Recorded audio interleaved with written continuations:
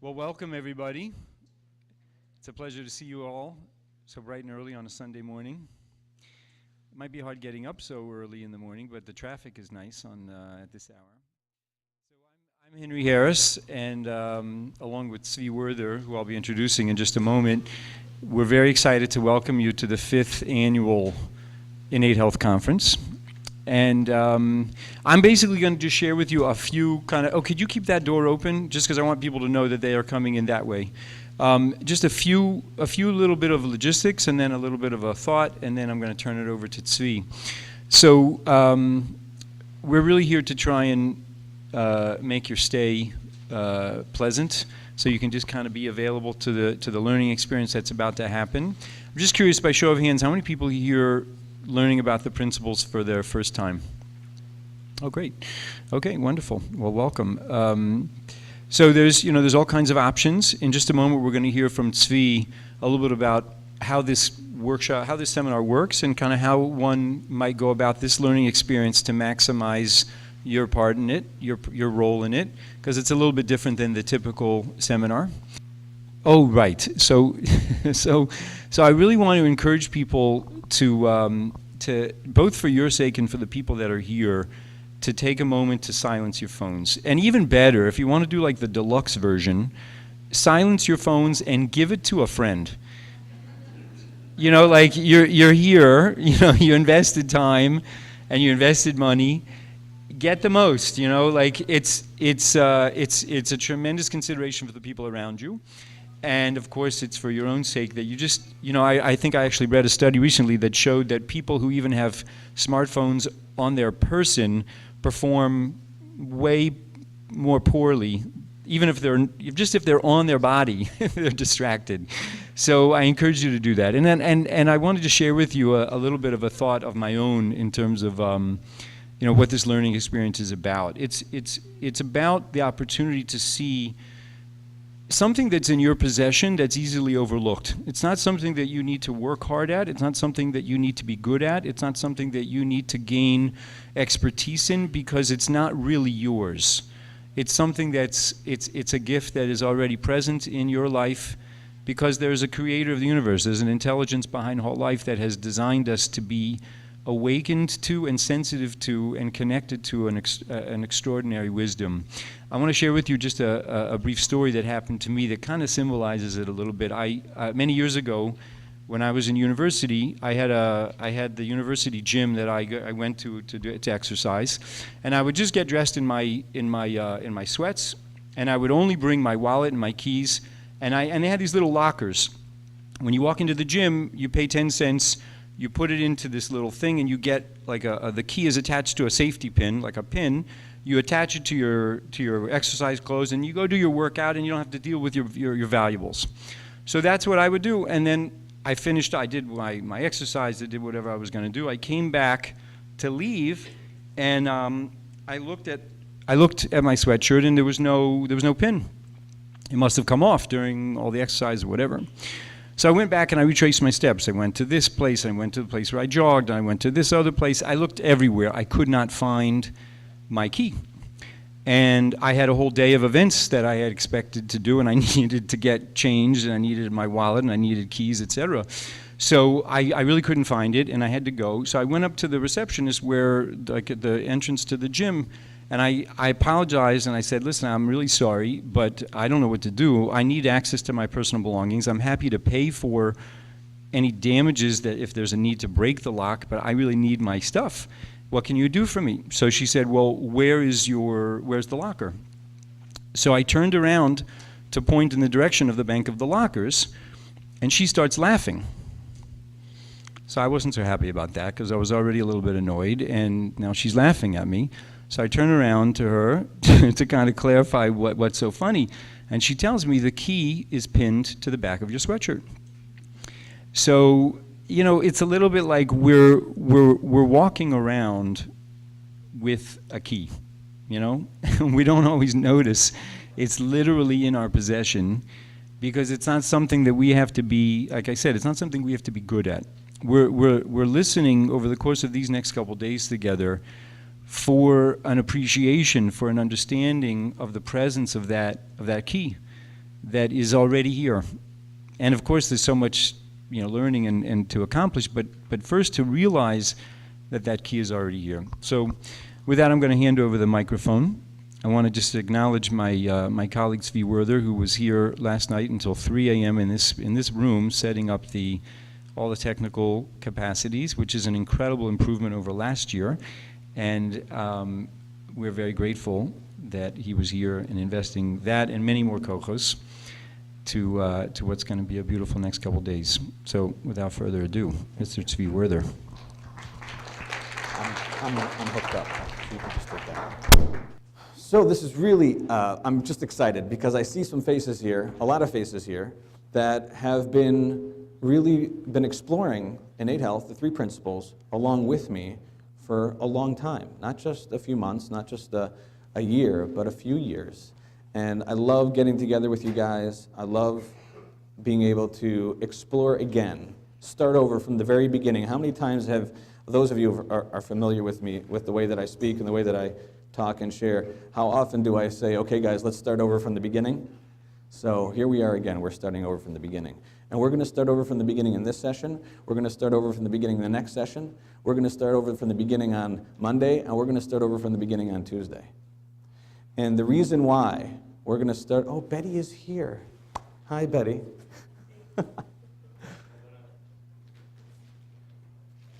They can't see. Okay.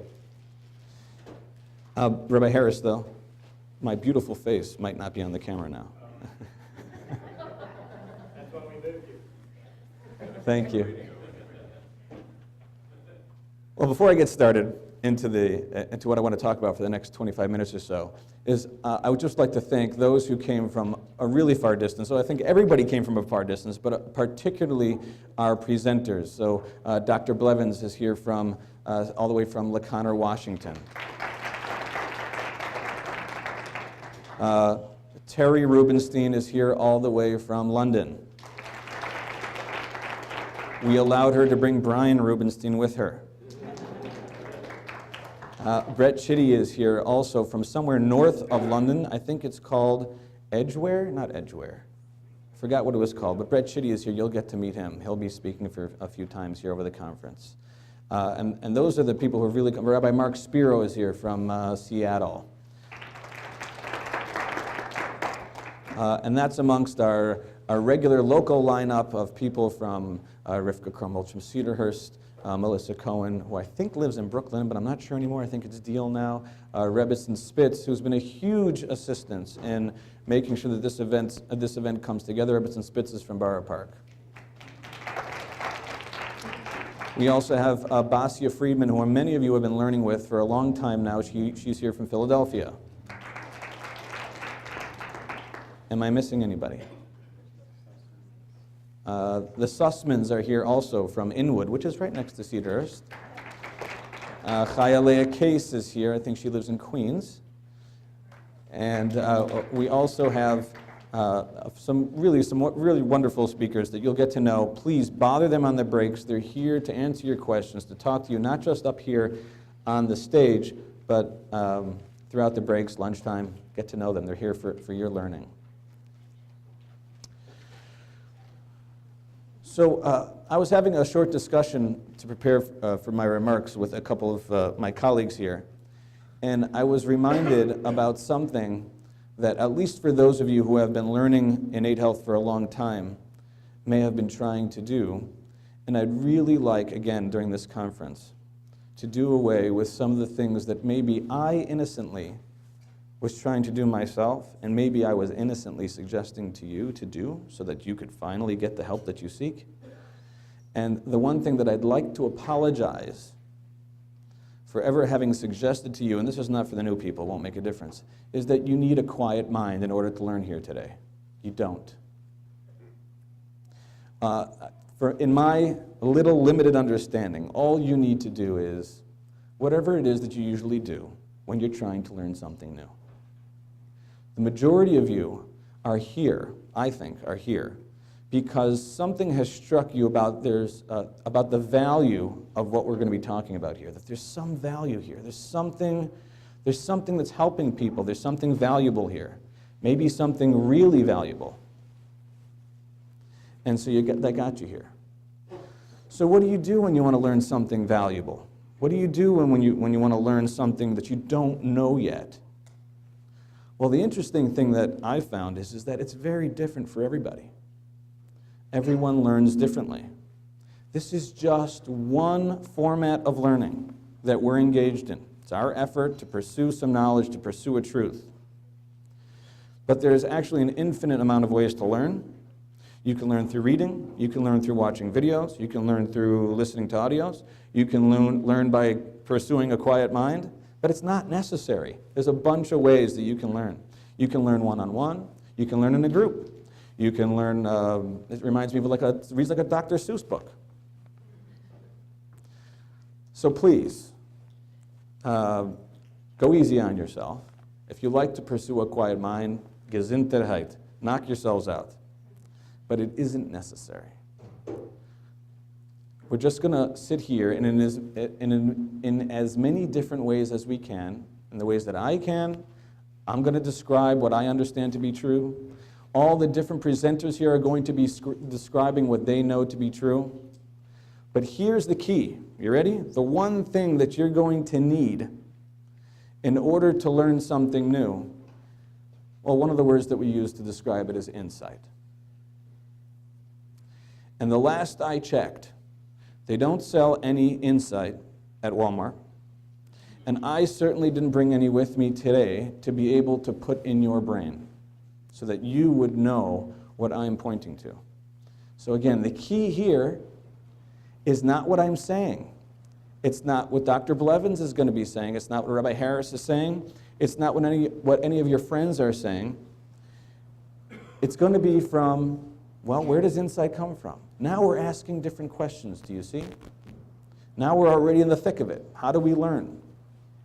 We discovered 3 principles, a single understanding about how all of life comes to be, including the little things that you know, whether it be massive understandings like the theory of relativity, or whether it be something simple like finally realizing where your keys are. That all of that comes to bear for you, or for me, through insight. And insight is not necessarily something that you control. In fact, I would go so far as to say as you don't control your insight. You don't control. If you don't know something, I mean, it's common sense, I think, that if you don't know something yet, you can't make yourself know it. So what do you do when you don't know something? But you know that there's something to know, which is why most of you are here. Well, you pursue it in a way that you think is valuable to you, in a way that you think is going to be helpful for you. So you're here and you're listening. That might be one way to go about it. Insight is the key, is really the only way to learn. It's the way children learn. It's the way you've been learning your whole life. That's the interesting thing. So I'm not, this is the second key here, that don't seek a quiet mind and don't manufacture insight. And this is going to give you the context of, again, all the remarks of all the speakers here today, at least to the best of my knowledge right now, is that they're not going to be giving you advice. They're not going to be telling you what to think. They're not going to be suggesting what would be better for you to do. All of us, I think all of us, and I know most of them pretty well, already believe that you know what's best for you to do, and that isn't even our job. So if you would contemplate for a minute, in order for me to give you even one piece of advice, I'd have to know you really well.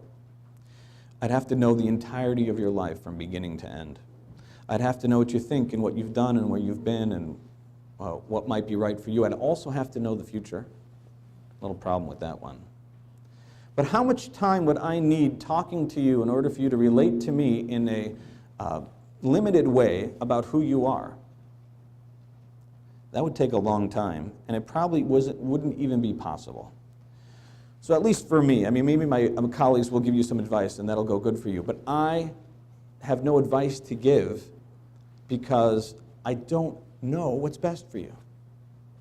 But I do know what's true and I do know what's applicable to all of us. We're going to be talking about something that's true for everyone. So when I'm talking about learning through insight, I'm not saying that that's something that worked for me and it's a great idea and you should try some too. I'm talking about insight from a fundamental, principle-based understanding about how it is that people learn.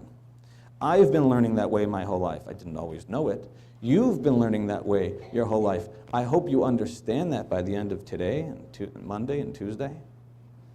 Insight.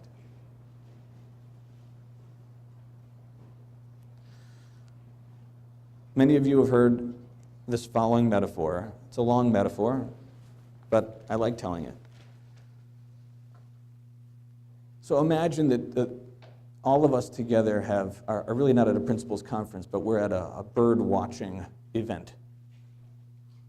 We've all decided we're going to go bird watching. And so we've all got our binoculars, and we're all out looking for that one beautiful bird that only shows its face in the middle of November, on the years that it suddenly is 25 degrees.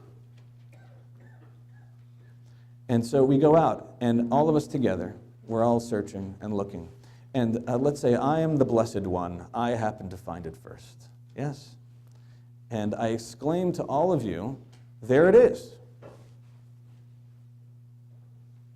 In my desire to have all of you see it too, that would be my first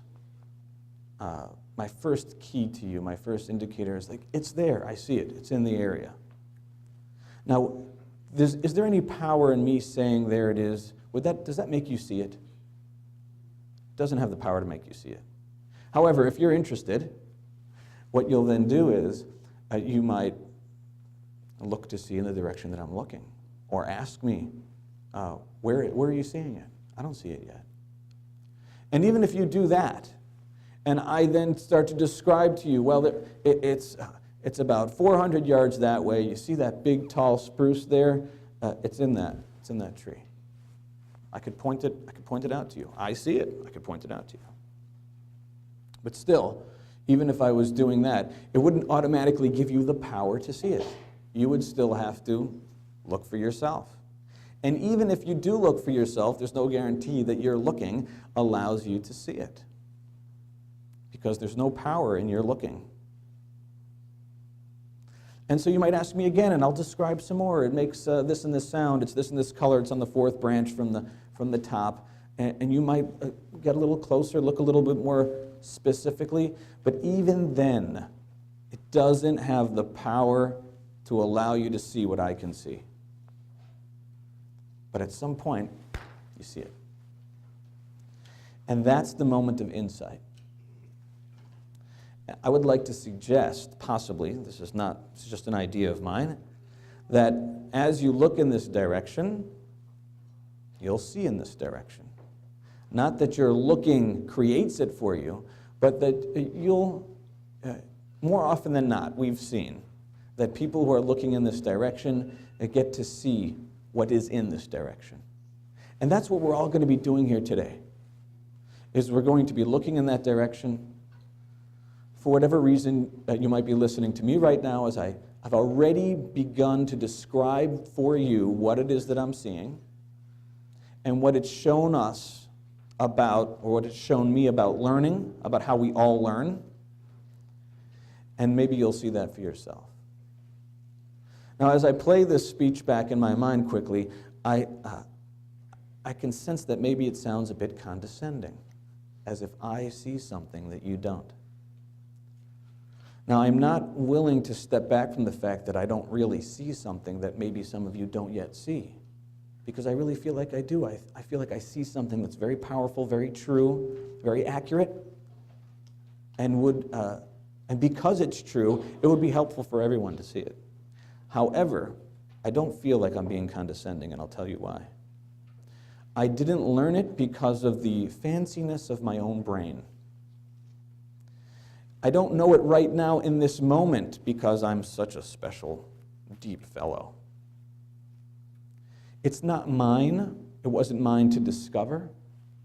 It's not mine to keep. And that's also a very, I think it's not just, I'm not just saying that so that you'll listen to me a little bit more lightly, like, oh, okay, he's not so full of himself. It's another clue that we're talking about a piece of information that's there, but it's not something that you can master, make your own, that it would be so clear to you that you could tell yourself, now I'm on top of life, now I know how this works in a way that I'm never going to forget. I'm never going to get upset again. I'm never going to get anxious again. Things are never going to get to me again. Sooner or later, the truth is going to remind me or you or anyone who feels that way about what they've learned very quickly that you really had nothing and that it was all a gift. And so we're finding that it is always true that the totality of my reality at any minute, everything that I feel, everything that I see, everything that I know, all of it is a manifestation of a divine energy showing up in the form of my life. Those are the principles. It's true.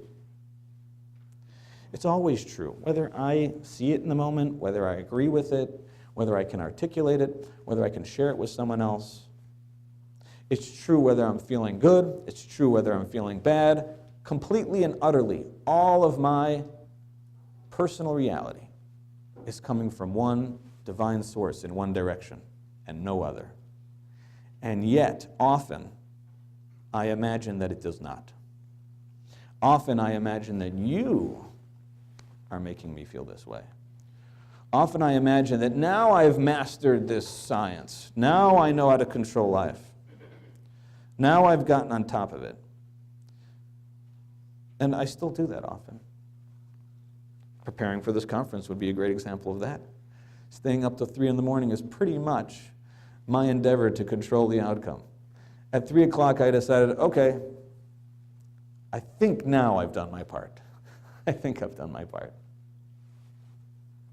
One of the things that learning about what is creating our realities and in all of its shades and all of its forms and all the different ways that we experience life is that it started to show me how much I was trying to control that beyond what I think was appropriate for me. Just me.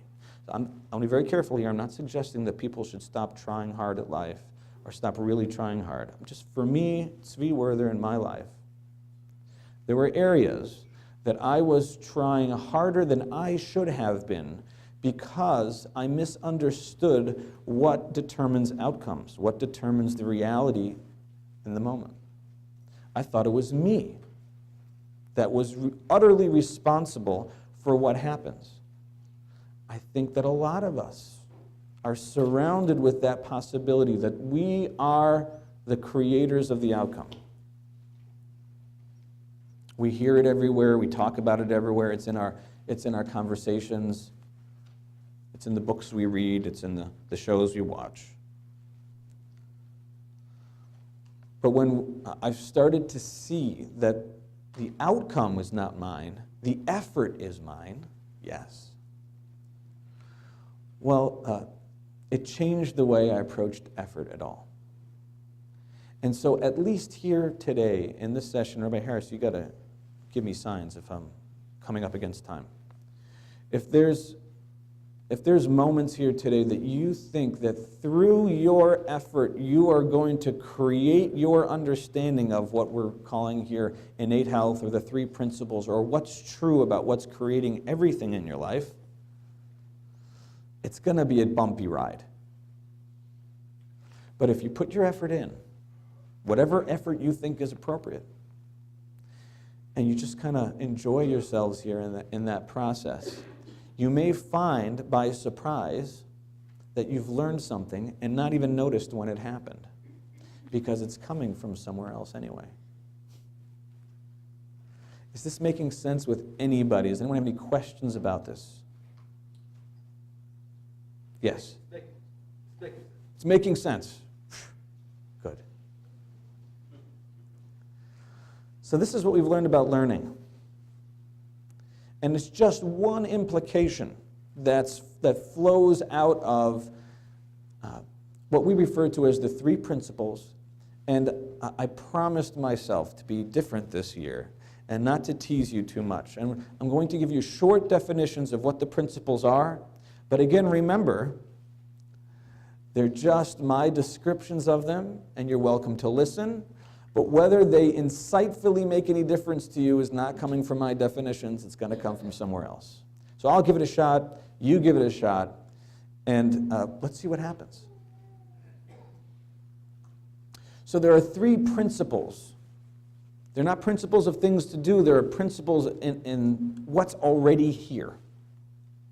If there's something here, if you see a reality of some kind, if you look at your neighbor and you see, oh, this guy's having a reality, and if somehow you could even look at yourself, you say, well, this guy's having a reality, and I wonder, where is that coming from? No judgments on it. I don't care whether it's a good reality or a bad reality. You might think it's a bad reality, you might think it should be a better reality, but I'm not really so concerned with that right now. I just want to understand, how did it get here in the first place? And we've found principles behind that. There are fundamental rules that are true about human experience. If there's an experience being had somewhere, it comes to life for you and for me through the same three principles. Three elements that if even one of them are missing, you've got nothing. The first principle, or what I'm going to describe as the first principle, even though there's no order here, is the principle of mind. The principle of mind, or universal mind, is the presence of a pre-existing infinite energy from whence all things come. And another way to say it is that if there's something that exists, it came from somewhere. But this somewhere, or this something, is before concepts, before boundaries, before beginnings and ends. It's a place or a thing or a power or a truth that you can't really wrap your mind around, because our minds really only are built to comprehend things that have shapes and sizes and colors.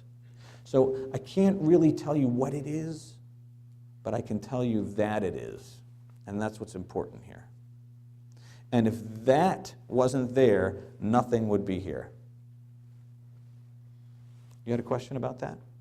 Yeah, I just have one question about that, which is part of the principle that that energy has a free will? Possibly. We hope to talk about free will and things of that nature later on in the conference, but right now I'm just going to talk the principles. But good question, because I have the same question about free will. So we've got this first principle, the principle of, we're referring to it as universal mind. You can call it anything you like. Forget about the words, but can you get a sense of what we're trying to point to? If you can't, shake your head no. Okay. The second principle, again, we're trying to understand, how is it that I have a reality, whatever reality that I have,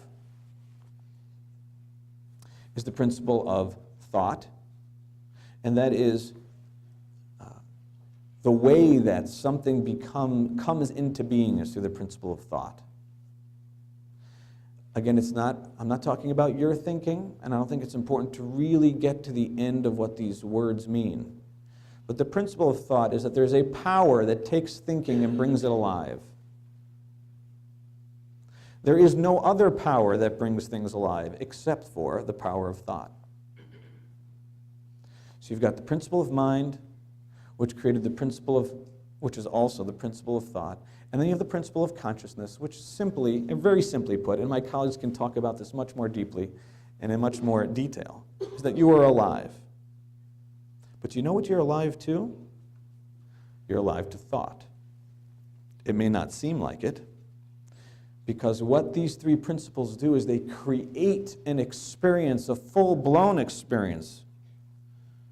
An experience with sounds and sights and feelings and sensations.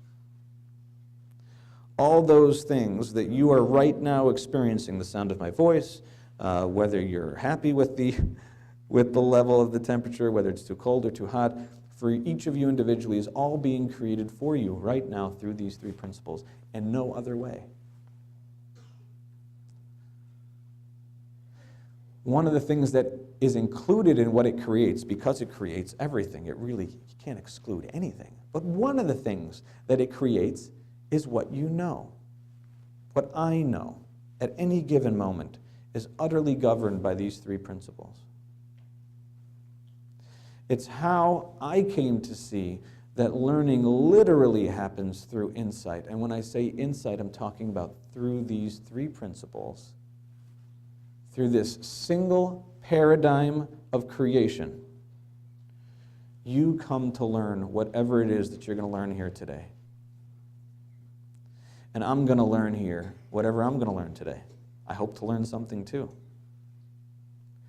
One of the interesting things that's also become apparent as we talk about learning this way is that there is no end to what you can learn.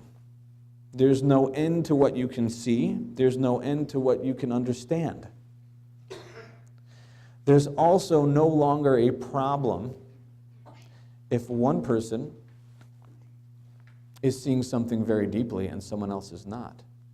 Because the dynamics of this system creates simultaneously for each of us. You okay, Tzvi?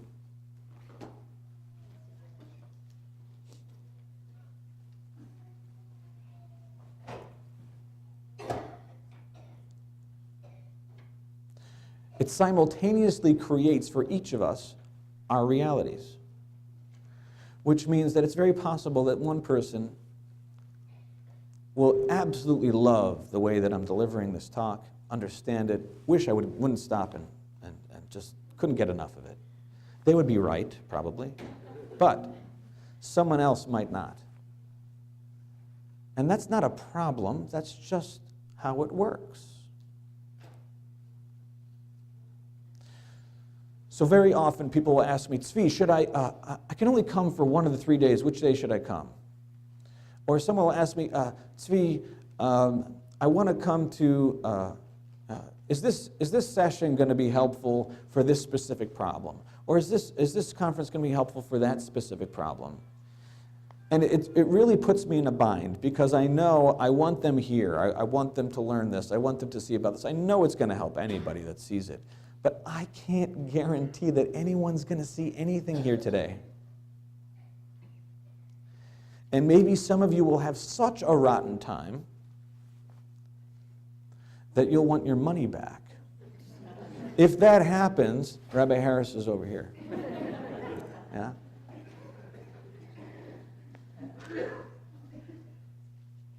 You know, it used to happen, the following thing used to happen, where I'd have an absolutely wonderful class or event. Well, I'm down to 1 minute. And 99% of the people would be absolutely overjoyed with the way it unfolded, with the way it went. It was fantastic. But there was one person that didn't. And that ruined it for me. Because if one person wasn't seeing it the way that I was seeing it, then there was a problem. It was something that I was invested in. Everyone needs to see it the way that I see it. And that led to a lot of anguish. Today, just one of the benefits of understanding what is creating my reality and your reality is that it's impossible for two people to see the world the same way. It just can't happen. And so I've stopped trying, or I've stopped needing it to be. Everyone needs to be aligned with me. Now, I don't know how much time you guys spend trying to get others to see the world you do, see the world the way that you do, or how much time you spend trying to convince others that the way that you see the world is right and the way that other person sees the world is crazy. But that's a lot of that, and the feeling that comes with that, being engaged in that behavior, is just slowly looking more and more unreliable, less tempting. It's just not worth my time as much. And it's been much, much easier for me to handle the few people at these conferences who come up to me and are not very happy with me. But please, if you're not happy with me, please approach me. I want you guys to have a nice time today. I want you guys to enjoy yourselves. If there's something that you think that we can do to make your experience here more pleasurable, please come up to us or anyone at the registration desk. Should we do the scheduling here? You're going to take it from here? Sure. Rabbi Harris. Okay.